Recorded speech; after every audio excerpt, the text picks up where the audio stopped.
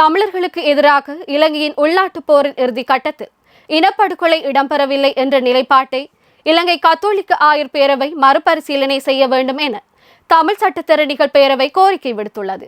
இலங்கையின் இனப்பிரச்சனையையும் ஆயுத மோதலையும் பயங்கரவாதத்துக்கு எதிரான போர் என மட்டும் சித்தரிப்பது வரலாற்று உண்மைகளையும் தமிழ் மக்களின் வாழ்வனுபவங்களையும் புறக்கணிப்பதாக குறிப்பிட்டுள்ள பேரவை 1956 ஆண்டின் தனி சிங்கள சட்டம், தமிழர்களுக்கு எதிரான இன வன்முறைகள், யாழ்ப்பாண பொது நூலக எரிப்பு, கருப்பு ஜூலை இனப்படுகொலை, கல்வி மற்றும் வேலைவாய்ப்பு துறைகளில் பாகுபாடுகள் உள்ளிட்ட பல நிகழ்வுகள் ஆயுத மோதலுக்கான பின்னணியை உருவாக்கியதாக சுட்டிக்காட்டியுள்ளது.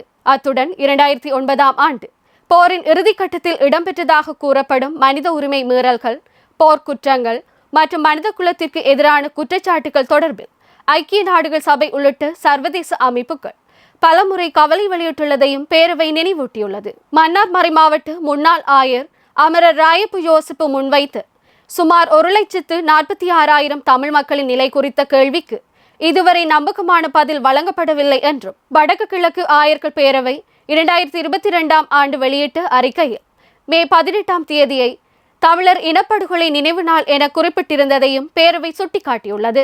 யாழ்ப்பாண மறைமாவட்ட நீதி சமாதான ஆணைக்குழுவும் யாழ்ப்பாண மறைமாவட்ட குழுக்களும் வெளியிட்டுள்ள கருத்துக்களுக்கு ஆதரவு தெரிவித்துள்ள தமிழ் சட்டத்தரணிகள் பேரவை உண்மை, நீதி, பொறுப்புக்கூறல் மற்றும் பரஸ்பர புரிதலின் அடிப்படையிலேயே நிலையான நல்லிணக்கம் உருவாக முடியும் என வலியுறுத்தியுள்ளது.